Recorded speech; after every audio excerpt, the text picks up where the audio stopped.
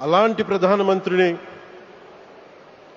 చాలామంది ఆయన మీద మాట్లాడుతూ ఉంటే, ఆయన్ని అనకూడని మాట్లాడుతూ ఉంటే నా గుండె కదిలించేసింది.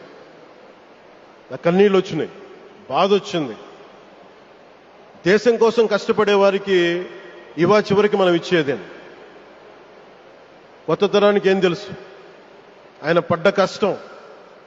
ఒక్క రోజు కూడా సెలవు తీసుకోలేదు మన ప్రధానమంత్రి గారు. ఈరోజు పెట్టుబడులు వస్తున్నాయి మనకి, ఒక్క రోజు కూడా సెలవు తీసుకోలేదు.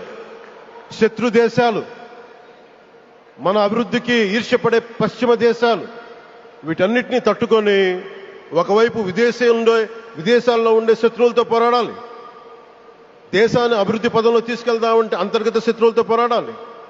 అలాంటి వ్యక్తికి మనం ఇవ్వగలిగేది కేవలం మేమున్నాం మీ వెంట, మీ మీద మాట పడితే అది మా మీద పడ్డట్టే, అదే మన వారికి ఇవ్వాల్సింది.